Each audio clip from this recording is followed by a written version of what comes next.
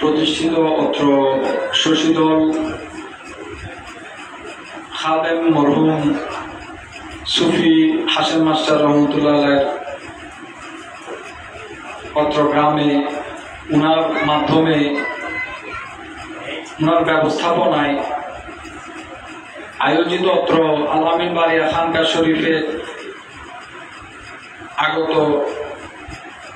আল-আমিন বাড়িয়া খানকা শরীফের মাসিক মাহফিলে আগত সকল ধর্মপ্রাণ মুসলমানগণ, আশিকে রাসূলগণ, গোলামানে আহলে বাইতের রাসূলগণ, বিশেষ করে গৌসুল আমান হযরত শাহজি বাড়ির সম্মানিত মুরিদান আশিকান ভক্তবৃন্দগণ, বাউজান আলমের মুরিদান আশিকান ভক্তবৃন্দগণ, বাংলাদেশের বিভিন্ন দরবারের হক্কানি দরবার শরীফ সমূহের মুরিদান আশিকান ভক্তগণ, আসসালামু আলাইকুম ওয়া রাহমাতুল্লাহি ওয়া বারাকাতুহু। আল্লাহু আকবার। আজকের এই মাসিক মাহফিলে, আজকের এই জলসায়, আজকের এই খুশুসি নুরানি মাহফিলে আমাদের সকলকে আসার বসার তৌফিক দান করেছেন বলে আলহামদুলিল্লাহ। প্রিয় উপস্থিতি, আমরা বর্তমানে এমন একটা সময়ের মধ্যে এসে উপনীত হয়েছি যেখানে আমরা আল্লাহর ওলিদের শান মান বুঝতে আমাদের কষ্ট হয়। আল্লাহর ওলিদের দরবারে যেতে অনেকের আপত্তি হয়, অনেকে দ্বিমত পোষণ করেন, অনেকে ঐকমত্য পোষণ করেন, কেউ সপক্ষে কিংবা কেউ বিপক্ষে বলে থাকে। আসলে যদি সহজ বাংলায় বলি, কিতাবি ওয়াজ তো অনেক শুনেন, দলিল আদিল্লাহ তো অনেক শুনেছেন, জেনেছেন। সহজ বাংলায় যদি বলতে চাই, বুঝাতে চাই, তাহলে সেটা হলো এই যে আমরা যারা পৃথিবীর আনাচে কানাচে যে মনুষ্য জাতি মুসলমানেরা ছড়িয়ে ছিটিয়ে আছে, এই মনুষ্য জাতির মধ্যে আল্লাহ পাক রব্বুল ইজ্জত যেভাবে করে আম্বিয়া কেরামকে, নবীগণকে, সম্মানিত রাসূলগণকে মানুষদের মধ্যে পাঠিয়েছেন, তদ্রূপ দোজাহানের বাদশা নবী দুনিয়াতে আসলেন, পর্দা করলেন, চলে যাওয়ার পর অন্য কোন নবী রাসূল যেহেতু আসবে না, আল্লাহ পাক রব্বুল ইজ্জত আমাদের মাঝে আল্লাহর বন্ধুগণকে, ওলিগণকে পাঠানো শুরু করলেন, যেটা কিয়ামত পর্যন্ত অব্যাহত থাকবে। বুঝতে গেলে এখানে অনেক কথা। এখন তো আসলে ফিতনার সময়। এখন অনেক মানুষ আছেন যিনারা একটা দরবার প্রতিষ্ঠা করে ফেললো, একটা দরবারের নাম দিয়ে দিল, কিন্তু সেখানে কাজ করতেছে সবগুলা শরীয়তের বাহিরে, শরীয়ত যেগুলা নিষেধ করেছে এইরকম কাজ করতেছে। এরকম দরবার আছে না? আছে। এইগুলার জন্য হক দরবার গুলা প্রশ্নবিদ্ধ হবে। আমাদের মেইন ব্রাঞ্চ যেটা আমাদের দরবার, চট্টগ্রামে যে দরবারে বাড়িয়া শরীফ, আমি ওইটার কথা বাদই দিলাম। শশীদলে এখানে এটা একটা খানকা, এটা ওই দরবারের একটা শাখা, এটা একটা খানকা। খানকার মধ্যে এই যে আজকে আমরা সবাই আসলাম মাগরিবের আগে, মাগরিবের নামাজ পড়লাম, কেউ এশা আগে আসলাম, কেউ এশা পরে আসলাম, কেউ এই যে এতক্ষণ পর্যন্ত আমাদের আসা বসা, আমাদের যে টাইমটা আমরা স্পেন্ড করেছি, এই সময়টার মধ্যে, যে সময়টা আমরা ব্যয় করেছি, এই সময়ের মধ্যে আল্লাহ খুশি হবে, আল্লাহ নারাজ হবে, শরীয়ত নিষেধ করেছে, শরীয়ত বাধা দিচ্ছে, কোরআন বাধা দিচ্ছে, হাদিস বাধা দিচ্ছে, এরকম একটা কাজ এখানে হয়েছে? হয়নি। খানকার যদি এই অবস্থা হয়, তাহলে মূল দরবারের কি অবস্থা? মূল দরবারের কি অবস্থা? তো আমাদের কাজ কি? আমাদের কাজ হলো আমরা ভালো মতো জাস্টিফাই করা। একজন মানুষ এসে বললো একটা ইমিটেশনের চুড়ি আপনার হাতে দিল, বললো যে এটা 22 ক্যারেট গোল্ড, দেখতে তো স্বর্ণের মতো। আমি আর আপনি, আমরা যারা হুজুগে বাঙালি আছে, আমরা আমাদের হাতে সিটি গোল্ড দিলে আমিও চিনি না অরিজিনাল গোল্ড কোনটা, সিটি গোল্ড কোনটা, আমার হাতে দিলে আমি চিনবো না। তো এইরকম আমাদের মতো বাঙালিদের হাতে যখন সিটি গোল্ডের একটা চুড়ি বা একটা কিছু দিবে এবং বলবে এটা কিন্তু 22 ক্যারেট গোল্ডের স্বর্ণ, এটা একবারই দাম দিয়ে দেন, তো দামটা দেওয়ার পরে ঘরে নিয়ে দেখলেন চুরির দাম 500 টাকা হবে। লাভ হইল না লস হইল? লস হইল। তো ঠিক তদ্রুপ আল্লাহর ওলিদের দরবারও পীর মাশাইখদের মধ্যেও জেনুইন 22 ক্যারেট গোল্ড আর সিটি গোল্ড দুটোটাই কিন্তু আছে। এখন সিদ্ধান্ত আপনার, আপনি কি জাস্টিফাই করে এটা স্বর্ণাকার দিয়ে পরীক্ষা করে নিজে স্বর্ণাকার হয়ে আপনি পরীক্ষা করে কি আপনি অরিজিনাল গোল্ডটা বাছাই করে নিবেন নাকি আপনি সিটি গোল্ড নেবেন, এটা সিদ্ধান্ত আপনার।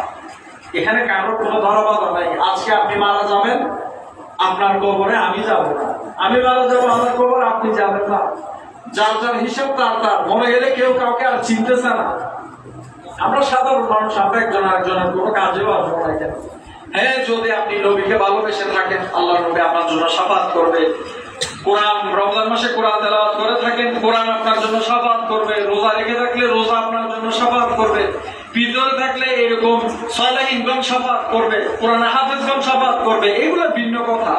কিন্তু আমরা যারা সাধারণ ক্যাটাগরিতে আছি, আমরা কেউ কারোর উপকারে আসবো না। তো আমাদের থেকে যেভাবে করে আমরা দুনিয়ার জমিনের মধ্যে ব্যবসা বাণিজ্যে চাকরির মধ্যে লাভ হচ্ছে না লস হচ্ছে, আমরা যে রকম একটা হিসাব নিকাশ করে আমরা ব্যবসা বাণিজ্য করি, এর চাইতে বেশি হিসাব নিকাশ করে আপনার থেকে ওই রাস্তাটা বেছে নিতে হবে যে রাস্তায় গেলে আপনার আখেরাতটা লাভজনক হবে, আপনার আখেরাত ধ্বংস হবে না। এখন আপনি দুনিয়া পেলেন, দুনিয়াতে আপনি 1000 কোটি টাকার মালিক আছেন, কিন্তু আপনার আকীদা ঠিক নেই, আপনি নবীকে মানার ক্ষেত্রে কোনো আপনার ঠিক নেই, আপনি আল্লাহর ওলিদেরকে মানার ক্ষেত্রে আপনার আকীদার কোনো ঠিক নাই, আপনি আল্লাহকে ভয় পাওয়ার ক্ষেত্রে আকীদার কোনো ঠিক নাই, আল্লাহর ইবাদত বন্দেগী থেকে আপনি কাফের, এই টাকা পয়সার লাভ নাই। এটা আপনি দুনিয়াতে মুষ্টিমেয় কিছু সময় আপনি পাবেন, যে সময়টাতে আপনি দুনিয়াবী সুখ ঐশ্বর্য, দুনিয়াবী শান্তি আপনি লাভ করবেন।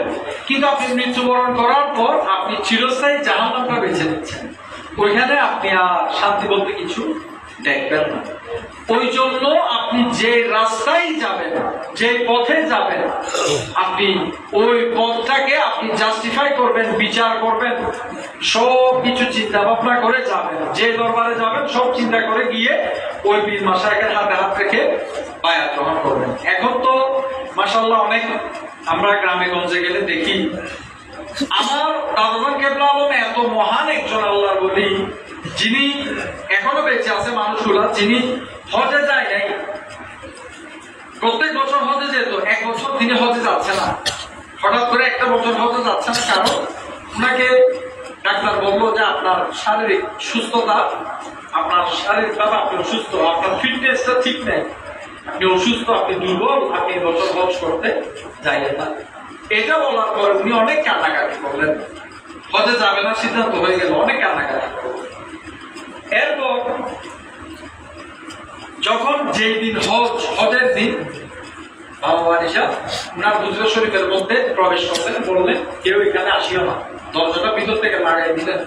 পুরার হুজরা পাকে তথা পুরা রুমে উনি একা, সারাদিন দরজা বন্ধ ছিল, কাউকে ঢুকতে দেয়নি। হজ শেষ হওয়ার পর হজের দিন সারাদিন বন্ধ করলো, রাতের বেলা সন্ধ্যার টাইমে উনি দরজা খুলে এবার সবাইকে প্রবেশ করতে দিলেন। হজ শেষ হয়ে গেল। হজের থেকে আমার দাদা কেবলা আলমের কিছু মুরিদ আসলেন, তারা হজে যাওয়ার আগে বাবা বারিশা বলেছিল, জোবান দিয়েছিল, দেখেন জোবানের কত বড়, বাবা বারিশা জোবান, আর আমরা কিসের মধ্যে আছি? হ্যাঁ, আমরা ডিমের খোসা নিয়ে দৌড়ে গেছি, কুসুমের কোনো খবর নেই। জোবান দিয়েছিলেন, তোমরা হজে গেলে আমার সাথে তোমাদের দেখা হবে। কি হবে? হজে তিনি আর যায় নাই, কিন্তু জোবান তো আগে দিয়েছেন, হজে গেলে আমার সাথে তোমাদের দেখা হবে। এখন তিনি হজে যান নাই, এদিকে মুরিদান গুলো তো জানে না যে বাবা হজে যায় নাই, তারা ফ্লাইট শুরুতে ছিল, তারা আগে হজে চলে গেছে, তারা জানেও না। তখন তো এত টেলিফোন ছিল না, এখন হাতে হাতে টেলিফোন, তখন তো TNT ছিল। তো উনারা হজে চলে গেলেন, আর এদিকে বাবা এসে পাহাড় সিগন্যাল বসে আছেন হজের দিন, সারাদিন দরজা বন্ধ করে হুজরা শরীফে।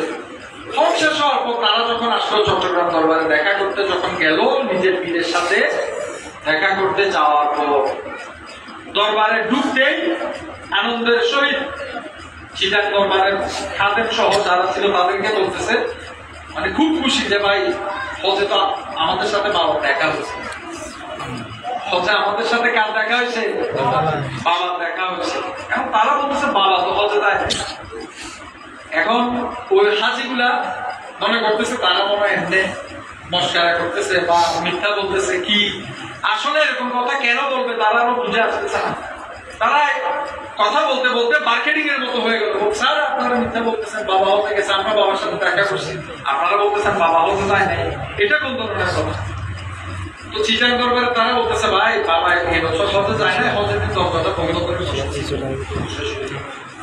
বলতেছে সিদ্ধান্ত বাবা চল। চিটাং এর লোক আর আউট ডিস্ট্রিক্টের এই লোক একসাথে সামনে গেলেন। যাওয়ার পর ওই হাতিগুলা বললো যে বাবা, তারা বলতেছে আপনি হজে যান নাই, হজে তো আপনাদের সাথে আপনার সাথে আমাদের দেখা হয়েছে। উনি বললেন চুপ, এভাবে ইশারা করলেন, বললেন আমি দুনিয়াতে থাকতে এই কথাগুলো বলে বেড়াইও না, এই কথাগুলো বলে বেড়াইও না। দেখা হয়েছে এটাও সত্য, হজে যায় নাই এটাও সত্য। আর আমরা বাপের পৈতৃক জায়গা জমিন পুকুর বিক্রি করতে হইতেছে, জায়গা বিক্রি করতে হইতেছে, বউয়ের স্বর্ণ বিক্রি করতে হইতেছে, নিজের দোকান নিজের গাড়ি বিক্রি করতে হইতেছে হজে যাওয়ার জন্য টাকা জমাইতেছি। একবার হজে যাওয়ার জন্য অনেক মানুষ আছে একটা জায়গা কিনে রেখে দিচ্ছে, এক সময় গিয়ে জায়গাটা বিক্রি করে হজ করতে গেছেন। আমরা জায়গা জমি কিনে, আমরা বউয়ের স্বর্ণ বিক্রি করে, নিজের গাড়ি বিক্রি করে, দোকানপাট বিক্রি করে আমরা হজে যাওয়ার জন্য চেষ্টা করি। আর বাবা আয়েশাকে আল্লাহ ওই ক্ষমতা দিয়েছেন, তিনি হজে যায় নাই, এটাও মনশায়ে ইলাহি, যেন আল্লাহর বান্দারা বুঝতে পারে হজে যায় নাই। বাহার সিগন্যাল হুজরা শরীফে বাবা আয়েশা সশরীরে অবস্থান করছেন, আর হজে যে মুরিদানগুলো গিয়েছে সেগুলাকে বাবা আয়েশা সশরীরে দেখা দিয়েছে। তারা সালাম করেছেন, হাতে চুমা দিয়েছেন, নিজের পীর মুর্শিদের সাথে কথা বলেছেন। পীরও কেমন পীর, যখন মুরিদ দেশে আসলো, এসে যখন বাবার সামনে গিয়ে বললো যে তারা বলতেছে আপনি হজে যান নাই, আমাদের সাথে তো আপনার দেখা হয়েছে, তখন তিনি বলে চুপ, এই কথাগুলো মানুষের সামনে বলে বেড়াই না। নিজেকে কখনো প্রকাশ করতে চায় নাই।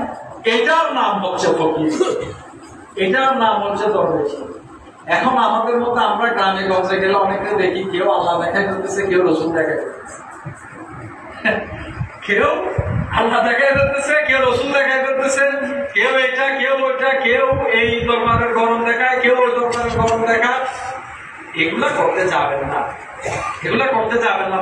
মনে রাখবেন এটা চামড়ার গাল, এই চামড়ার গালের কোনো ট্যাক্স নাই। বাংলাদেশ সরকার যদি এই চামড়ার গালের উপরে যদি ট্যাক্স বসাতো, আপনি প্রয়োজনের বাইরে যত কথা বলবেন রেকর্ড হবে, এটার জন্য বাৎসরিক একটা ট্যাক্স দিতে হবে, তখন কিন্তু এত ফাল পাঠাতেন না, এত লাভালাভি কিন্তু তখন করতেন না। এখন তো কোনো ট্যাক্স নাই, যাহা মন চায় তাহাই বলতেছেন।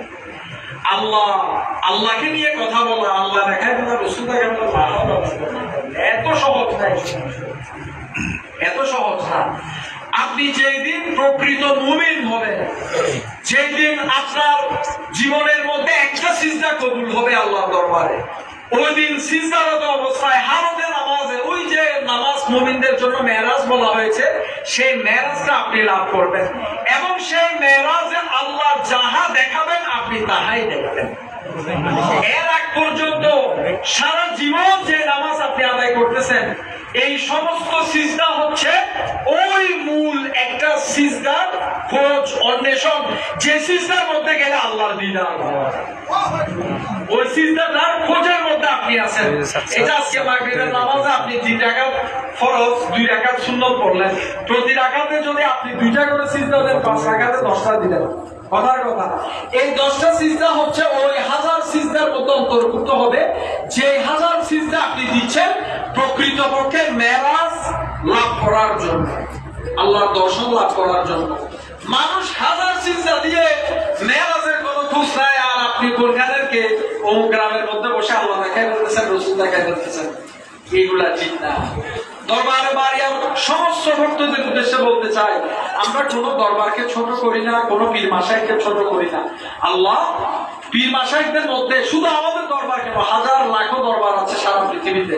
আল্লাহ যেখানে আল্লাহর মকবুল ওলিদেরকে পাঠিয়েছেন, যে মকবুল ওলিদের সিলসিলা চালু হয়ে আছে, হয়তোবা ওই রকম কোন হক দরবারের নাম নিয়েও যদি কেউ এরকম কথা বলে তাদের থেকে সাবধান থাকবেন। মনে রাখবেন ওই মানুষগুলোর সাথে সেই যেই দরবারের দাবি করছে প্রকৃত সেই দরবারের ওলির কোনো সম্পর্ক নাই। ওলি আল্লাহরা আল্লাহ এবং রসুলকে এত সস্তা বানায় নাই। এখন আমরা গ্রামে গঞ্জে যেভাবে সস্তা বানাচ্ছি এরকম সস্তা বানায় নাই। নবীকে ভালোবাসবেন, হঠাৎ ভালোবাসবেন, শুধুমাত্র ভালোবাসবেন, ভালোবাসতে থাকবেন সারা জীবন। নবীকে ভালোবাসার চেষ্টা করার পর একটা সময় আসবে যে সময়টাতে রাসূল খুদা সাল্লাল্লাহু আলাইহি সাল্লাম আপনার ভালোবাসাটা কবুল করে আপনাকে নিজের আশিক হিসেবে একটা সার্টিফিকেট দান করবে।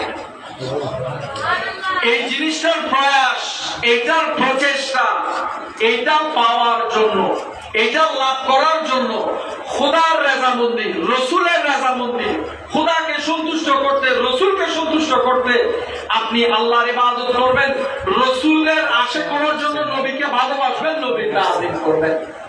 এখন নবীর ভালোবাসা, নবীর তাজিম যদি আপনি করতে চান, অন্তরে যদি নবীর প্রতি রেসপেক্ট, একটা সম্মান বোধ যদি আপনি রাখতে চান, তাও মুসলমানদের মধ্যে অনেক দলাদলি, অনেক দলাদলি।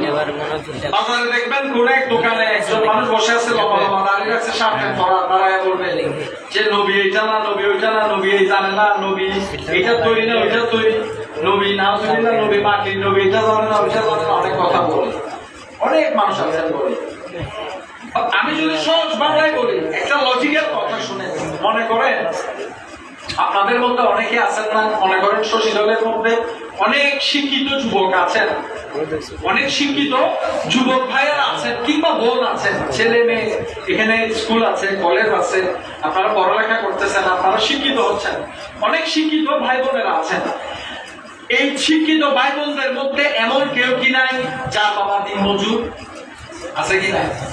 পড়ালেখা করার সুযোগ হয় নাই, পড়ালেখা করার সুযোগ হয় নাই, নিজের নামটা নিজে লিখতে জানেন না, কিন্তু মাটি কামড় দিয়ে পড়েছিল, সন্তানকে লেখাপড়া করেছে, এরকম বাবা আছে না? এখন আপনি শিক্ষিত হয়ে ফিরলেন, আপনি কলেজে পড়লেন, ইউনিভার্সিটিতে পড়লেন, মাদ্রাসায় পড়লেন, আলেম হলেন, আপনি প্রফেসর হলেন, শিক্ষিত হয়ে এসে আপনি শশীদল বাজারের মধ্যে গিয়ে দাঁড়িয়ে একটা লোক আপনাকে জিজ্ঞাসা করলো, ভাই আপনার নাম কি? আমার নাম। আপনার শিক্ষাগত যোগ্যতা কতটুকু? আমার শিক্ষাগত যোগ্যতা আপনি বললেন আমি মাস্টার্স করলাম, অনার্স করলাম। তো আপনার বাবা কি করে? আমার বাবা দিনমজুর, পড়ালেখা করছে। এখন আপনি যদি তারা বলেন আমার বাবা একটা গন্ডমূর্খ, নিজের নামটাও লিখতে জানে না, এটা আদব না বেয়াদব? বেয়াদব। আপনি এটা বলতে পারেন যে আমার বাবার আমলে তো ভাই লেখাপড়া করার জন্য সামর্থ্য গুলাই নাই, বা আমার দাদার সামর্থ্য ছিল না, বা এতিম হয়ে গিয়েছিল, পরিবারের হাল ধরতে হয়েছিল, পড়ালেখা করা ভাই সম্ভব হয়ে উঠে, আমার বাবা আমাদেরকে পড়ালেখা করেছে।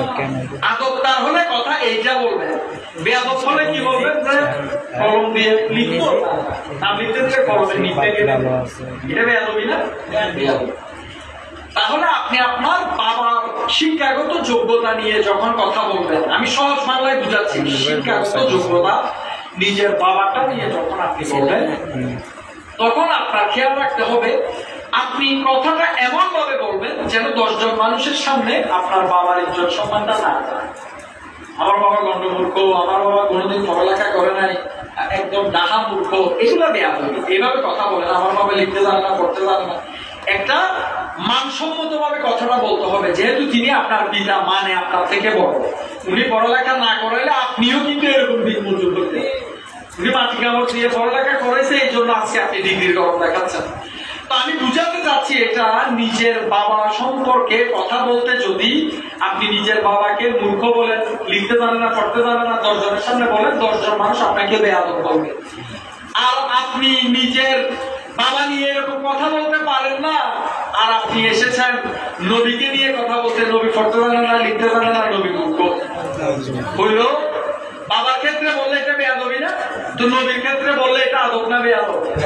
ঈমান আছে না গেছে? গেছে, কোনো কিছু আর অবশিষ্ট নাই। একটা জিনিস মনে রাখবেন, সহজ ভাষায় বললে নবীর ক্ষমতা, নবীকে নিয়ে কথা, এগুলো অনেক আলাদা। নবীর এগুলো আপনাদের মাথায় আসবে না। আল্লাহর ওলিদেরকে বিশ্লেষণ করেন, এতটুকু যথেষ্ট।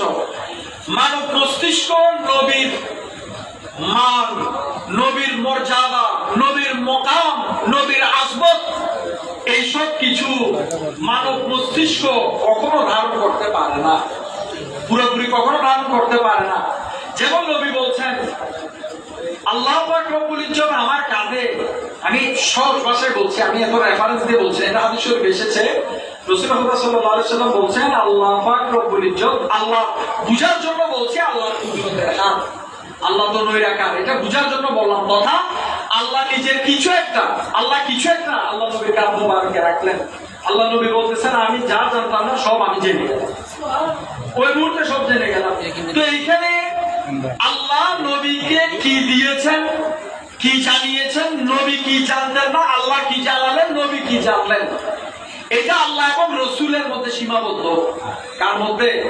আল্লাহ এবং রসুলের মধ্যে। এখন আপনি যদি বলেন শশীদল খানকার মধ্যে কয়জন মানুষ আছে এটা নবী জানে না, এখানে মাহফিল হইতেছে নবী জানে না, নবীর দরুদ পড়ে নবী জানে না, আবার এখানে দলিল দিবে যে হাদিস শরীফ আসছে কোন ব্যক্তি যদি নবীর উপর দরুদ পাঠ করে তাহলে নবীর কাছে সেই হাদিয়াটা ফেরেশতা পৌঁছিয়ে দেয়। সুবহানাল্লাহ। কে পৌঁছায়? ফেরেশতা পৌঁছায়। তখন আপনাকে দলিল দিবে, দেখেন কত বড় জ্ঞানী, কত বড় ডিগ্রি নিয়ে আসছে, কত বড় যুক্তিবাদী। আপনাকে দলিল দিবে, নবী যদি দেখতো আপনি শশীদলে বসে নবীর উপর দরুদ পড়তেছেন, এটা যদি নবী মদিনা থেকে দেখতো তাহলে ফেরেশতা এটা নিয়ে যাওয়ার দরকার কি ছিল? কত বড় জ্ঞানী, সুবহানাল্লাহ। নবী এটা যদি দেখতো, নবী যদি এটা জানতো, তাহলে ফেরেশতা কেন নবীর কাছে নিয়ে এটা পৌঁছাচ্ছে? আপনাকে কষ্ট করে বিব্রত করে ফেলবে। আসলে ব্যাপারটা এরকম না, ব্যাপারটা হচ্ছে এরকম, কোন একটা রাজদরবারের মধ্যে যখন সুলতান বসে থাকে সিংহাসনে, যখন সুলতান সমাসীন হন, একজন রাজা, একজন বাদশাহ যখন সিংহাসনে বসে থাকে, তখন কোন একটা জিনিস যখন বাদশার কাছে পাঠানো হয়, রাজদরবারের মধ্যে এটা খাদেম দিয়ে এটা তোফা হিসেবে পেশ করা। কি হিসেবে? তোফা হিসেবে। রাজাদের রাজা, বাদশাদের বাদশাহ, সুলতানদের সুলতান, দুনিয়ার জমিনের সর্বশ্রেষ্ঠ সুলতান হচ্ছেন আমার নবী। নবীর উপরে কোনো রাজা বাদশা নাই। আল্লাহ সৃষ্ট সম্পূর্ণ জাহানের মধ্যে আল্লাহর নবী হচ্ছেন সর্বশ্রেষ্ঠ বাদশা আল্লাহ সৃষ্টির মধ্যে। তো এইরকম একজন সুলতানের দরবারে আপনি আর আমি, রহমানের ছেলে, কুদ্দুস আলীর ছেলে, একটা হাদিয়া পৌঁছানো হচ্ছে, এটা কি সরাসরি দেওয়ার যোগ্যতা রাখে নাই? এটা ফেরেশতারা এটা সুন্দর করে এটা তোফা হিসেবে, ইয়া রাসূলুল্লাহ শশীদল থেকে আপনার অমুক আশেক ইয়া রাসূলুল্লাহ আপনার উপর দরুদ পাঠ করেছে, এইটা সেই তোফা। এই রাজদরবারের মধ্যে এটা পেশ করা হলো। তাইলে তারা আবার বলবে, অনেকে এটা আপনাকে যুক্তি দেখাবে যে আপনি এটা একটা গায়ের জোরে উত্তর দিলেন। কিসের জোরে? গায়ের জোরে। তো তাদের জন্য আরেকটা আকলি দলিল দিয়ে যায়, সেটা হলো আজকে আপনারা যারা এখানে মাগরিবের নামাজ, এশার নামাজ জামাতে পড়ছেন, আপনারা নামাজ পড়ছেন, এটা আল্লাহ জানে না? জানে। আওয়াজ তো মনে হয় জানে না, জানে কিনা? আল্লাহ জানে। আপনি হালাল খাচ্ছেন নাকি হারাম খাচ্ছেন আল্লাহ জানে না? আপনি ভালো চলছেন, আপনার অন্তরে ভালো কিছু আছে না খারাপ কিছু আছে আল্লাহ জানে না? তাহলে আপনার সমস্ত আমল, এক কথায় যদি বলি, আপনার সমস্ত আমল আল্লাহ জানে। তো দুই কাজের মধ্যে দুই ফেরেশতা দিছে গেল। দেখি উপরের থেকে দেখতে কি আল্লাহ ঝাপসা দেখে, এটা মনে হয় ঝাপসা দেখে, যে এই জন্য আল্লাহ দুইটা ফেরেশতা দিছে। যে আমি যদি খেয়াল না করি ঝাপসা দেখার কারণে এই জন্য দুইটা ফেরেশতা দিলাম। ব্যাপারটা কি এরকম? এরকম বললেই না থাকবে, থাকবে না। তো আল্লাহ যদি জেনেই থাকে, ফেরেশতা দেওয়ার দরকার কি ছিল? ফেরেশতা দেওয়ার দরকার কি ছিল? তো ফেরেশতা দেওয়ার মানে এই নয় যে আল্লাহ জানে না, বুঝাতে যাচ্ছে এটা। ফেরেশতা কাঁধে ফেরেশতা থাকার মানে এই নয় যে আল্লাহ জানে না। ফেরেশতা নবীর কাছে দরুদের হাদিয়া পৌঁছানোর মানে এই নয় যে নবী দেখে না। বুঝাইতে পারছি? এটা হচ্ছে আসল কথা। সবসময় নবীর ব্যাপারে যখন চিন্তা করবেন, পজিটিভ চিন্তা করবেন। কি চিন্তা করবেন? পজিটিভ চিন্তা করবেন। কিছু মানুষ আছে দেখবেন কথায় কথায়, এক নম্বরে নবী মাকে, নবী এটা জানে না, নবী ওইটা জানে না। অনেকে বলে নবী রওজা শরীফে পচে গলে গেছে, অনেকে বলবে নবী লিখতে জানে না, নবী পড়তে জানে না, অনেকে বলবে নবীর থেকে এই জ্ঞান ছিল না, ওই জ্ঞান ছিল না, অনেকে বলবে নবীর থেকে আমার আমল বেশি, অনেকে বলবে নবীর উপরে এটা পাঠাচ্ছে নবীর ফাকাত শুধুমাত্র একজন মেসেঞ্জার, বার্তাবাহক, শুধুমাত্র বার্তাবাহক, এর বেশি কিছু না। আল্লাহকে ডাকলে হয়ে যাবে, আল্লাহকে ডাকলে হবে, নবীর দরকার নেই। এই ধরনের কথা হারে হারে প্রত্যেকটা পদে পদে আপনাকে বলবে। এরকম কিছু মানুষ আছে, এরা একটা চশমা ব্যবহার করে, সেটা কি জানেন? নবীর দুষ্টতার চশমা। ওই চশমাটা দিয়ে খালি নবীর দোষ বুঝবে, যেখানে নবীর ব্যাপারে একটু খুব পাবে, বানরের মতো স্বভাব, একটু ছিঁড়ে গেলে এটা ছুটাইতে ছুটাইতে এটাকে ঘা করে ফেলবে, এটার মধ্যে পচন চলে আসবে, আপনার ইমান নষ্ট করে ফেলবে, ইমান ধ্বংস করে দিবে, এইসব কথা বলার মাধ্যমে। তো আমার কথা হলো, আপনাকে আল্লাহ সৃষ্টি করেছে, আপনি দুনিয়ায় এসেছেন, আপনি আজকে দামি হলেন নবীর উম্মত হওয়ার মাধ্যমে। সমস্ত নবী রাসূলের উম্মতের মধ্যে আমরা দামি, আমাদের একটা ব্র্যান্ড আছে, আমাদের ব্র্যান্ডটা হচ্ছে আমাদের নবী। তো আপনি আখেরি নবীর উম্মত হয়ে এত দামি হলেন, কিন্তু আপনি কথায় কথায় প্রত্যেকটা জিনিসে, প্রত্যেকটা কাজে ঘুরে ফিরে নবীর পিছনে লেগে থাকেন। কেন? প্রশ্নটা হচ্ছে কেন? নবীকে একটু ভালোবাসার নজরে দেখা যায় না। আপনি বিয়ে করছেন, বউটাকে ভালোবাসার নজরে দেখেন, আপনি বিয়ে করছেন, আপনি আপনার স্বামীকে ভালোবাসার নজরে দেখেন। আমার নবীকে কি ভালোবাসার নজরে দেখা যায় না? যে নবী এখনো কিয়ামত পর্যন্ত আমরা যত উম্মত আসতেছি, আমরা গুনাহ করলে আমাদের আমলনামা যখন নবীর কাছে নেওয়া হবে, আমাদের গুনাহ দেখলে আল্লাহ নবী রওজা শরীফের থেকে আল্লাহর কাছে ক্ষমা প্রার্থনা করেন। আমরা জীবিত, আমরা মাটির উপরে, নবী মাটির নিচে। নবী মাটির উপরে যারা বিচরণ করতেছে তারা জানেও না, অনেকেই জানে না, তাদের গুনাহের জন্য আল্লাহ দরবারে, নবী রওজা শরীফের থেকে আল্লাহ দরবারে ক্ষমা চায়। সেই নবীটাকে নিয়ে বিষয় দিলেন শশীদল বাজারের 10 জন মানুষের সাথে এক সমান। নবী নবী এটা কেমন নবী? আমরা মনে করেন আপনি একটা আম খান, এখন তো আমের সিজন, আপনি আম 2-3টা খুলে আপনি আমগুলা ছিলে আপনি খাওয়া শুরু করেন, মাছি এসে মেনটেন করবে না, মাছি এসে নাক দিয়ে ঢুকে যেতে চায়, কান দিয়ে ঢুকে যেতে চায়, মুখে বসে, হাতে বসে, আমের মধ্যে বসতেছে, আপনাকে মাছি বিরক্ত করে ফেলবে, এটা নিয়ম।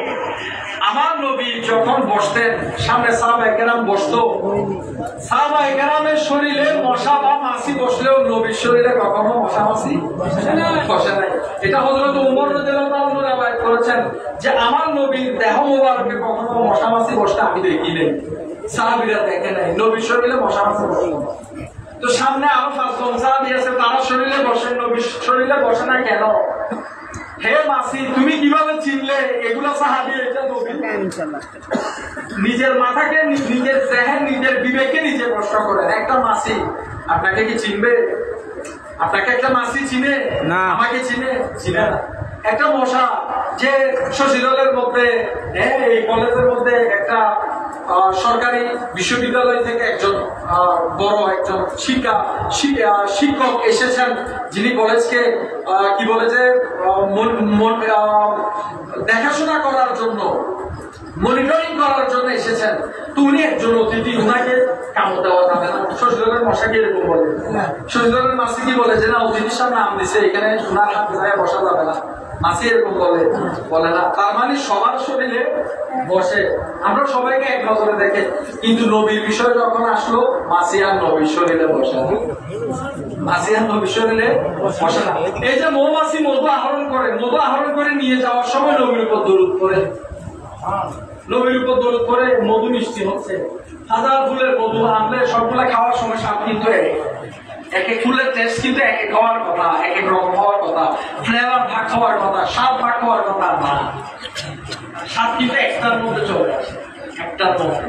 আমার নবীর সমান যারা দাবি করছেন, আমার নবী রোজা রেখেছেন, যারা বলবেন নবী আপনার মতো আমার মতো সাধারণ, তাদেরকে বলবেন বুখারী শরীফ, মুসলিম শরীফের মধ্যে হাদিস এসেছে আল্লাহর নবী সোমে বেসাল রাখতেন। সোমে বেসাল মানে কি জানেন? ধারাবাহিক রোজা। এই যে রমজান মাসে আমরা রোজা রাখি না একটানা 30 দিন, আমরা রাতের শেষ অংশে আমরা সেহরি খাই, ফজরের থেকে শুরু করে মাগরিবের আজান হলে আমরা ইফতার করি, ঠিক আছে কিনা? ইফতার করি।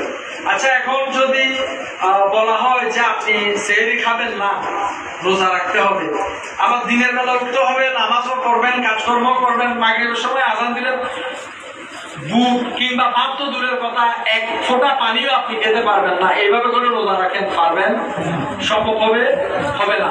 আল্লাহ নবী বলছেন, আল্লাহ নবী সোমে বেসার রাখতেন, ধারাবাহিক রোজা। এটা কিরকম? আমার নবী একটানা 25টা রোজা রাখতেন। প্রথম রোজা থেকে 25 রোজা পর্যন্ত খাবারটা দূরের কথা, এক ফোঁটা পানি না সেহরিতে খেতেন না ইফতারে খেতেন। সেহরিও খেতেন না, ইফতারও করতেন না। এইরকম একটানা 25 দিন উপাস। আপনি যখন নবীর মতো আপনি দেখে একটু থাকেন না, একটু 25 দিন এরকম উপাস থেকে দেখান। আল্লাহ নবী তো 25 দিন উপাস, দিনের কাজও করেছেন, দিনের দাওয়াতও দিচ্ছে, সাহাবায়ে কেরামকে তালিম দিচ্ছে, মানুষ হচ্ছে, মুসলমান হচ্ছে, কোরআনের আয়াতের প্রচার করছে, আল্লাহর বাণী মানুষের কাছে পৌঁছাচ্ছে। আমরাও যদি মোটামুটি 3-4 দিন এভাবে না খাই আর পানি আর ভাত ছাড়া থাকি, বিশ্বের সাথে আমরা লেগে যাব। কিন্তু ওই সামরার গাল ট্যাক্সও নাই, দাবি করতেছে আমরা কার মতো? নবীর মতো। নবীর মতো। কোরআন শরীফে একটা আয়াত এসেছে আপনাদেরকে বিব্রত করবে এটা দিয়ে, কুলি নামা আনা বসারুম মিসলুকুম। কুল, হে নবী আপনি বলুন যে আমি তোমাদের মতো মানুষ। এটা আল্লাহ বলেছেন কোরআনে, রসুলকে বলতে বলেছেন। তো রসুল বললেন যে হে আমার উম্মতেরা শুনো, আমি তোমাদের মতো মানুষ। এখন এই আয়াতটাকে, এই বশরুম মিসলুকুম, এই বশর আর মিসলুকুম, এই বশরুম মিসলুকুম নিয়ে তারা একটা মহাযুদ্ধে নেমে গিয়েছে যে বশরুম মিসলুকুম মানি আমি তোমাদের মতো বলেছে, আমি তোমাদের মতো মানি সব দিক দিয়ে নবী আমাদের মতো। এই কথাটা তারা বলে। মনে রাখবেন, কোরআনের আয়াত নাযিল হওয়ার পিছনে একটা প্রেক্ষাপট থাকে, কোন একটা কারণ থাকে, স্থান কাল পাত্রের এগুলো নাযিল হয়। আল্লাহর হুকুমে হযরত ঈসা আলাইহিস সালাম যখন মৃত মানুষকে জীবিত করলেন, কাকে জীবিত করলেন? মৃত মানুষকে জীবিত করলেন। কে জীবিত করলেন? হযরত ঈসা রূহুল্লাহ। হযরত ঈসা যখন একজন মানুষ মৃত্যুবরণ করেছেন, ওনাকে জীবিত করে ফেললেন। যখন জীবিত করে ফেললেন, তখন উমর উম্মতের মতো একজন মানুষ কি বলতে লাগলো? এটা আল্লাহর ছেলে। ঈসাকে কি বললেন? আল্লাহর ছেলে। শিরিক হইল কিনা? শিরিক হইল কিনা? ঈমান আর থাকবে? আল্লাহ তো কোনো শরীক নেই। ঈসা আলাইহিস সালামকে একজন মুর্দা জীবিত করার কারণে আল্লাহর সাথে সম্পৃক্ত করে ফেললো, আল্লাহ সন্তান বানিয়ে ফেললো। আমাদের নবী চাঁদকে পর্যন্ত ছিঁড়ে ফেলছেন, দুপাট করে ফেলছেন। যখন চন্দ্র দ্বিখণ্ডিত হয় পাহাড়ের উপর থেকে, আল্লাহ নবী মুবারক যখন এইভাবে ঘুরালেন, চন্দ্রটা দ্বিখণ্ডিত হয়ে ওই পাহাড়ের এক পাশে চন্দ্রের এক খণ্ড, আরেক পাশে চন্দ্রের আরেক খণ্ড চলে গেল। এবং ওই সময় এই আবু জাহেলের মতো লোক যারা ছিল তারা বলল যে নাউজুবিল্লাহ, যে মুহাম্মদ আমাদের চোখে ধুল ছুড়ে দিয়েছে, এটা আমরা জাদু দেখতেছি যে চাঁদ দ্বিখণ্ডিত। মক্কার বাহিরের লোকেরা আজকে চাঁদকে দ্বিখণ্ডিত দেখে নাই। কত বড় শয়তান চিন্তা করে দেখে। তো আমার নবী বলেন, যাই হাইটা এটা জিজ্ঞেস কর, দেখছে কি দেখে নাই। তো তারা খবর নিল, মক্কার বাহিরেও দূত পাঠালো তথা বার্তাবাহক পাঠালো। তখন তারাই বলতেছে যে কালকে কি এমন এক আজব রাত গেল জানি না, আমরা চাঁদকে 2 পাঁচশোতে দেখলাম, চাঁদকে 2 টুকরা দেখেছি। তারপরেও আবু জাহেল মানছে? মানে নাই। যেগুলো মানে নাই ওগুলো এমনিও মানে না। তো আমার নবীকে যে বশর মিসলুকুম বলেছে, এটা এই জন্য বলেছে, নবী এমন এমন মর্যাদা দেখিয়েছেন যেটার জন্য নবীকে আল্লাহর সাথে সম্পৃক্ত মানুষ করার সম্ভাবনা ছিল। কি ছিল? সম্ভাবনা ছিল। এই জন্য আল্লাহ বলেছেন, কুলিনা মানা বশর মিসলুকুম, হে নবী আপনি বলুন আমি তোমাদের মতো মানুষ। কেমন মানুষ? তোমরা যেরকম আল্লাহর বান্দা, তোমরা যেরকম আল্লাহর কি বান্দা, আমি রাসূল আল্লাহর বান্দা, আমি রাসূল আল্লাহর বান্দা। এতটুকু, অন্য কিছু দিক দিয়ে নয়। যেমন আমাদের রক্ত মনে করেন এতগুলো রক্ত এখন আমার জামায় লাগলো, এটা পাক না না পাক? না পাক। রক্তটা এখানে লাগলো, এটা পরিষ্কার করা ছাড়া শরীয়তের হুকুম নাই আমি নামাজ পড়বো। একটু রক্ত লাগলো, আমি পানি লাগিয়ে অন্তত মুখ দিয়ে এভাবে ঘষে রক্তটা উঠে ফেলতে হবে, আমি এটা উঠে ফেললে তারপরে নামাজ পড়তে পারবো। সবটা একটু রক্ত লাগে। তার মানে আমাদের রক্ত হয় নাজাসতে গলিজা বড় না পাখি, অথবা নাজাসতে খফিফা ছোট না পাখি। কিন্তু আমাদের রক্ত বের হয়ে কাপড়ে লাগলো, রক্তটা কিন্তু না পাকা। কাপড়ে রাতে যখন কাফেররা পিছন থেকে এসে হামলা করলো, নবীর দাঁত পড়ে গেল। একজন সাহাবী আল্লাহ নবীর মুখ থেকে রক্ত পড়ছে, এভাবে হাত দিয়ে দিলেন, রক্তগুলা উনার হাতে। উনি কি করবে না কি করবে, দৌড়াদৌড়ির মধ্যে আল্লাহ নবীর রক্ত গুলো মুখে নিয়ে ফেলেন। এরকম মুখের মধ্যে নিয়ে, আমরা পানি মুখে রাখি না, মুখে নিয়ে ফেলেন। মুখে নিয়ে নানাভাবে তাকালেন, কি করবো না কি করবো, আস্তে করে চিন্তা করে আর কিছু না পেয়ে রক্তগুলা খেয়ে ফেলেন। নবীর রক্ত মোবারক পান করে ফেলেন একজন সাহাবী। এখন আল্লাহ নবীকে তো পাহাড়ের উপরে নিয়ে যাওয়া হলো। ওইখানে নিয়ে যাওয়ার পরে যুদ্ধ শেষ হলো, আল্লাহ নবীর অনেক 70 জন সাহাবী শহীদ হলো, আল্লাহ নবী তার মুবারক শহীদ হলো। এই অবস্থার মধ্যে যুদ্ধ যখন শেষ হলো, আল্লাহ নবী ওই সাহাবীকে জিজ্ঞাসা করছে, তুমি যেগুলো রক্তগুলো এভাবে হাতে পরিষ্কার করে নিয়েছিলে, সেগুলো তুমি কি করছো? তিনি বলেন, ইয়া রাসূলুল্লাহ, এমন একটা জায়গায় রেখেছি যেখানে কেউ পাবে না, এমন একটা জায়গায় রাখছি যেখানে কেউ পাবে না। মাস্তান নবীকে কি মহব্বত করে দেখে। তো বলেছে, কি করছো? বলেছে, ইয়া রাসূলুল্লাহ, আমি খেয়ে ফেলছি। আল্লাহ নবী বললেন, আমার রক্ত খাওয়ার কারণে তোমার উপর দুজকের আগুন হারাম হয়েছে। কি হয়ে গেল? এখন যারা নবীর মতো দাবি করে, তারা রক্ত খাইলে আরাম হবে না হারাম হবে? শরীয়তের ফতোয়ায় হারাম, রক্তটা আপনি খেতে পারবেন না। এখন আপনি তো গাল ফাটাইছেন, এতদিন আপনি নবীর মতো তো রক্ত খাওয়াই একটু জাহান্নামের আগুন মাফ করাইয়া দেখেন না।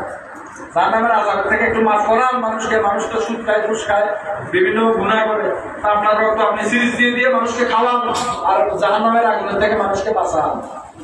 এটা বললে আমি পারবো না।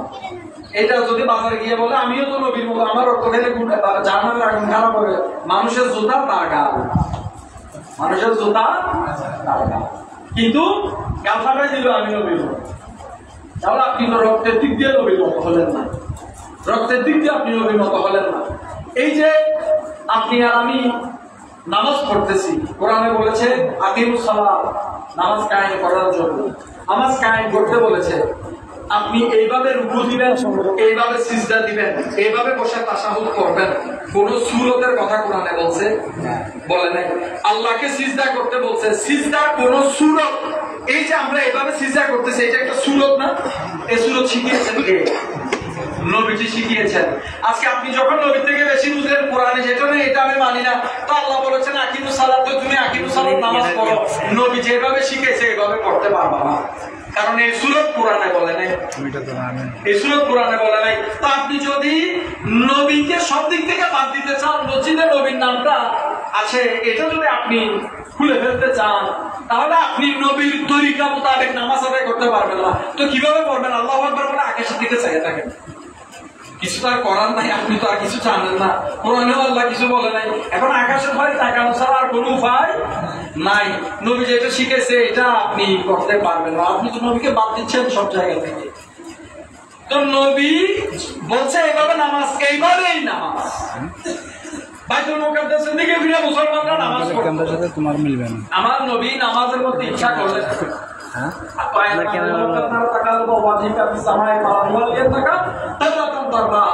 নবী নামাজ পড়তেছেন, 2 রাকাত নামাজ হয়ে গেছে। নামাজে এতটুকু নবীর অন্তরে আসলো যে বাইতুল মুকাদ্দাস না, এদিকে বাইতুল মুকাদ্দাস, এদিকে কাবা, দুইটা দুই দিক। নবীর অন্তরে আসলো যে বাইতুল মুকাদ্দাসের দিকে ফিরে নামাজ আদায় করার চাইতে কাবাতুল্লাহ, মক্কার কাবার দিকে ফিরে নামাজ আদায় করতে নবীর ইচ্ছা হলো। কি হলো? ইচ্ছা হলো। সাহাবীরা নবী ইমামতি করছেন, সাহাবীরা মুক্তাদি। তো এখন কোন আয়াত নাযিল হলে নবী কি কাউকে বলতেছে? নামাজ তো চলতেছে, নামাজ শেষ হয় নাই। আয়াত নাযিল হয়ে গেল, ইয়া রাসূলুল্লাহ, আল্লাহ বলতেছে, হে রাসূল, আপনি বারংবার নবী নামাজের মতো আকাশের দিকে তাকাচ্ছেন, আপনি বারংবার উপরের দিকে আকাশের দিকে তাকানোটা আমি আল্লাহ দেখতেছি। আপনি রাসূল যেই দিকে চান, আমি আল্লাহ কিবলাকে আপনার ইচ্ছা মোতাবেক সেই দিকে ফিরিয়ে দিলাম। নামাজের মতো আয়াত নাযিল হলো, নবী ঘুরে গেল, নবী ঘুরে গেল, কিবলামুখী হয়ে গেলেন। বাইতুল মুকাদ্দাস এদিকে, কাবাতুল্লাহ এদিকে, নবী ফিরে গেলেন, নবী ঘুরে গেলেন। সাহাবীরা নবীর দিকে তাকিয়ে আছে, নবী ফিরতে দেরি, আয়াতের অপেক্ষা সাহাবীরা করে নাই। এখনের দিনের মুসলমান হলে কি বলতে জানেন? নামাজের মধ্যে না আমরা ঘুরবো না, নবী ঘুরলে ঘুরু কি আর, নবীটা নবী জানে। আমরা কিন্তু আইসি বাইতুল মুকাদ্দাসের দিকে, আল্লাহ আমরা বাইতুল মুকাদ্দাস বলতো, আমরা বাইতুল মুকাদ্দাসের দিকেই আছি, আমরা ঘুরতাম না, হেবড়া গুলো ঘুরবে, আমরা কোনো ঘুরার কোনো দরকার নাই। নামাজ শেষ হওয়ার পরে বলতো, ইয়া রাসূলুল্লাহ আপনি এটা কি করলেন? কোরআনের আয়াত নাযিল হওয়ার আগে আপনি তো নবী বলতো আয়াত তো নাযিল হয়েছে, তারা বলতো আমরা তো জানতাম না, আমরা এখন জানলাম, এখন থেকে এদিকে ফিরবো, এর আগে আমরা ফিরবো না। এই কথা এখনো দিনের মুসলমানরা বলে। নবী যদি এই যুগে আসতো তারা বলতো যে না, কোরআনের আয়াত আপনার থেকে শোনার আগ পর্যন্ত আমরা মুখ ফিরাবো না। কিন্তু সাহাবীরা কি করলো? কোরআনের আয়াত শোনার অপেক্ষা করে নাই, তারা চিন্তা করলো নবী যখন বাইতুল মুকাদ্দাসের দিকে থেকে, বাইতুল মুকাদ্দাস থেকে নবী যখন মুখ ফিরালো, আমরাও নবীর সাথে সাথে মুখটা ফিরিয়ে নিব। নামাজ শেষ হওয়ার পর কাহিনী শুনতেছে যে আল্লাহ নবীর ইচ্ছা হয়েছে দেখেই আল্লাহ নামাজে, হালতে নামাজে আল্লাহ কোরআনের আয়াত নাযিল করেছে। তাহলে সাহাবীদের ঈমান কিরকম, আজকে আমাদের ঈমান বিস্তর তফাৎ, বিস্তর তফাৎ। আমার নবীর রোজা, আমার নবী সোমে বেসার রাখতেন, সাহাবায়ে কেরাম এই যে কোরআনের আয়াত কুলিনা মানা বসানো মিশ্র করুন, আমার নবী যখন সোমে বেসার রাখতেছেন 20-25 দিন একটানা অনাহারে, তখন সাহাবীরা আবু বকর সিদ্দিক বলল, ইয়া রাসূলুল্লাহ আমিও এই রোজা রাখবো। আল্লাহ নবী বলে, না, আইয়ুকুম মিসলি, তোমাদের মধ্যে কে আছো আমি রাসূলের মতো। নারায়ে তাকবীর, আল্লাহু আকবার, নারায়ে তাকবীর, আল্লাহু আকবার, নারায়ে রিসালাত, নারায়ে রিসালাত, নারায়ে গাউসিয়া, নারায়ে গাউসিয়া, দরবারে বারিয়া শরীফ জিন্দাবাদ, দরবারে বারিয়া শরীফ জিন্দাবাদ। আলহামদুলিল্লাহ, সবাই বসবেন। ফাউজান কিবলা আমাদের মাঝে তশরিফ আনয়ন করেছেন, সবাই একটু সামনে এসে বসবেন, একটু সামনে এসে বসবেন।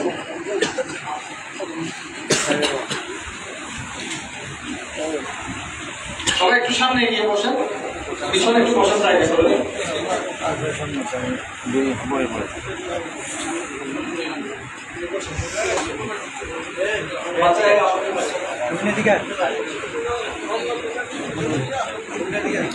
আলহামদুলিল্লাহ, বাবা আমাদের মধ্যে তশরিফ আনয়ন করেছেন।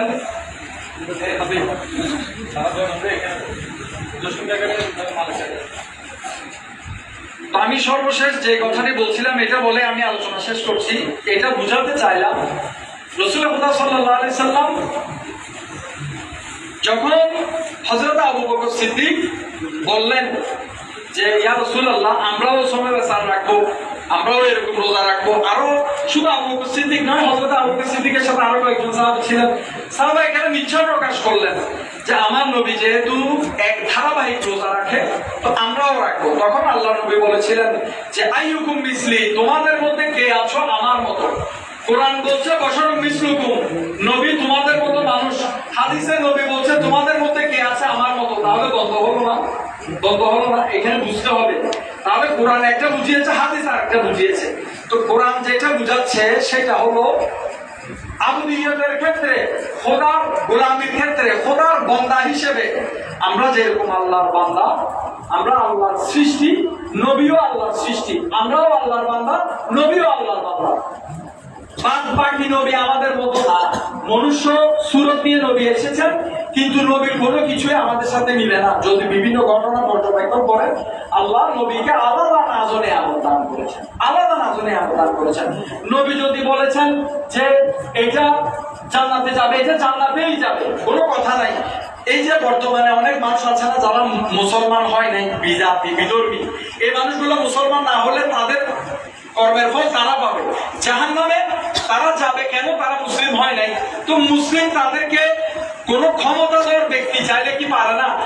কোন আল্লাহ যদি চাইতো যে দুনিয়াতে সবগুলো মুমিন হবে, সব মুমিন হতো না? হইতো। আল্লাহ এটা করে নাই, এটা পরীক্ষা। যারা পরীক্ষায় পাশ করবে তারাই মুমিন হবে, তারাই মুসলমান হবে। হযরত আবু হুরায়রার মা আল্লাহর নবীকে বেশি গালিগালাজ করতো। হযরত আবু হুরায়রা, উনার মা আল্লাহর নবীকে খুব, আল্লাহ নবীর সামনে খুব আজে বাজে শব্দ ব্যবহার করত। তো আবু হুরায়রার মনে রাখতো এই জিনিসটা, খুব কষ্ট পেতেন। তিনি গিয়ে আল্লাহ নবীর কাছে বললেন, যে হাদিস শরীফে আসছে, তিনি আল্লাহ নবীকে গিয়ে বললেন, ইয়া রাসূলুল্লাহ আমার মা, আমি আবু হুরায়রা, আমার মা আপনি রাসূলের সামনে এমন এমন শব্দ ব্যবহার করে আমার খুব বেশি কষ্ট লাগে, আমি সহ্য করতে পারি না। আপনি একটু দোয়া করেন না যাতে আমার মাটা মুসলমান হয়ে যায়। আপনি একটু দোয়া করেন আল্লাহর দরবারে যেন আমার মা দ্বীন ইসলামের আওতাধীন হয়ে যায়। মুসলমান হয়ে যায়, ইসলাম কবুল করে।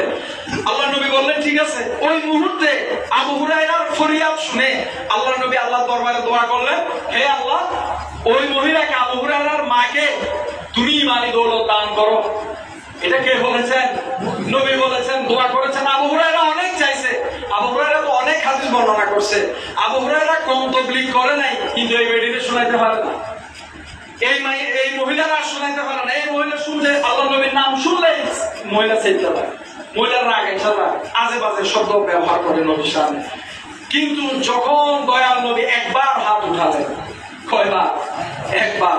আবু হুরায়রা যখন দেখলেন আমার নবী দোয়া করলেন, আবু হুরায়রা আনন্দে আত্মহারা হয়ে নবীর সাথে দেখা করে তাড়াতাড়ি বাসায় গেলেন। বাসায় যাওয়ার পর যখন দরজা বাড়ি দিচ্ছে, তখন উনার মা গোসল করতেছে। বলল, উনি উনার সন্তানকে, মার ছেলেকে বলতেছে, একটু অপেক্ষা করো, আমি আসতেছি। তিনি গোসল টোসল করে দরজা খুললেন। দরজা খোলার পর যখন ছেলে ওনাকে দেখে তো অবাক, যে উনি এইরকম একটা অবস্থা, একবার মাথায় কাপড় টাপড় দেওয়া। উনি গোসল কাসল করে একবার পবিত্র হয়ে যখন দরজা খুললেন, ছেলে যখন ঢুকলো তখন বলল যে, হে আমার সন্তান, আমি দ্বীন ইসলাম কবুল করতেছি। কলমা পড়লো, মুসলমান হলো। তো এতদিন পর্যন্ত আবু হুরায়রা এত কথা বললো, শুনলো না। আমার নবী একবার আল্লাহ দরবার দোয়া করলো, আল্লাহ তাকে ঈমানি দৌলত দান করো। হয়তোবা সে কখনো মুসলমানই হতো না, নবী বলেছেন আল্লাহ তাকে ঈমানি দৌলত দান করো, আল্লাহ বলেছে এটাই জান্নাত, এটাকে ঈমানি দৌলত দান করে ফেলবো। আর আজকে আমি আর আপনি যেভাবে করে আল্লাহ নবীর সামনে কথাবার্তা বলা, নবীর সামনে কথা বললে সবসময় শব্দের মধ্যে একটা মার্জিন রাখবেন। শব্দ চয়নে যদি নবীর সামনে শব্দ চয়ন করতে বেশ কম হয়, তাহলে আপনার ঈমান চলে যাবে। আল্লাহর নবীকে কোরআন শরীফের আয়াতের মধ্যে, এখন তার সময় নাই, আমি এক কথাই বলছি, রায়না একটা শব্দ এসেছে। যখন এই রায়না শব্দটা ইহুদিরা বাজে ভাষার মধ্যে ব্যবহার করত, তো সাহাবীদের মধ্যে কিছু লোক ছিল, তারা জানে না আরবের মানুষ, ইহুদিরা তো তখন থেকে শয়তান, এখনো শয়তান, এই ইসরায়েলের ইহুদিরা তখন থেকে শয়তান। আল্লাহ নবীকে সাহাবীরা যখন বলতো রায়না ইয়া রাসূলুল্লাহ, একটু আমাদের দিকে দেখেন, লা তাকুলু রায়না, আল্লাহ বলতেছে তোমরা রায়না বলবে না, তোমরা কি বলবে? উনজুরনা। উনজুরনা কি? ইয়া রাসূলুল্লাহ, দয়া করে আমাদের দিকে দৃষ্টিপাত করুন। এই শব্দ চয়ন শিক্ষা দিচ্ছেন কে? আল্লাহ। তো এই রায়না যখন বলতো, কথাটা বুঝে নিবেন, রায়না যখন বলতো তখন ইহুদিরা একজন আরেকজনকে টিটকারি দিয়ে হাসতো, যে এটা তো আমাদের ভাষায় গালি। কোন একটা কথা বুঝলেও তারাও যে বলতো রায়না, এটা তো তাদের ভাষায় মন্দ ভাষায় ব্যবহার করতো, গালি হিসেবে ব্যবহার করতো। তো তারা রায়না বলতেছে মজাক করে, নবীকে ঠেস মেরে। তো তারা বলতেছে, ওনার সাহাবীরা রায়না বলে, আমরা বলতে সমস্যা কি, আমাদের ভাষায় তো এটা বাজে কথা, মন্দ ভাষা।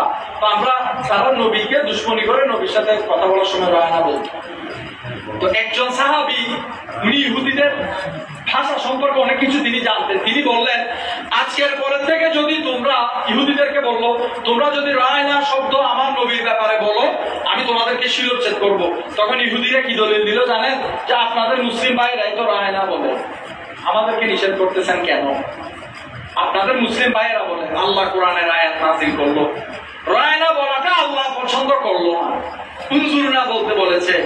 যে ওই ভাষার মধ্যে রায়না ব্যবহার করে তারা তাদের ভাষায় নবীকে খারাপ করছে, নবীর খারাপই করতেছে, নবীর সাথে বেয়াদবি করতেছে, আল্লাহ এটা সহ্য করে নাই। আল্লাহ বলতেছে উনজুরনা, যে দয়া করে আমাদের দিকে দৃষ্টিপাত করুন। শব্দ চয়ন নবীর ক্ষেত্রে কিরকম করবে সেটা আল্লাহ শিখিয়েছেন। এই জন্য নিজের মুখ দিয়ে নবীর সামনে যেমন তেমন কথা বলবেন না, যেমন তেমন কথা বলবেন আমলও নষ্ট হবে, ঈমানও যাবে। তো এই জন্য আপনাদের থেকে একটাই কাজ, বর্তমান মুসলমানরা দুই দলে বিভক্ত, একটা ওলিমুখী, একটা ওলি বিদ্বেষী।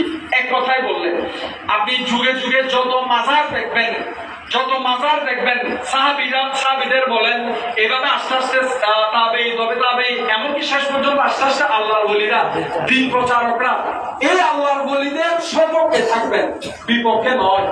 এই আল্লাহর ওলিদের বিপক্ষে এখন আছে যারা দরবার বিরোধী, ওলি বিরোধী, এগুলাই এইসব কথা বলে নবীর সামনে।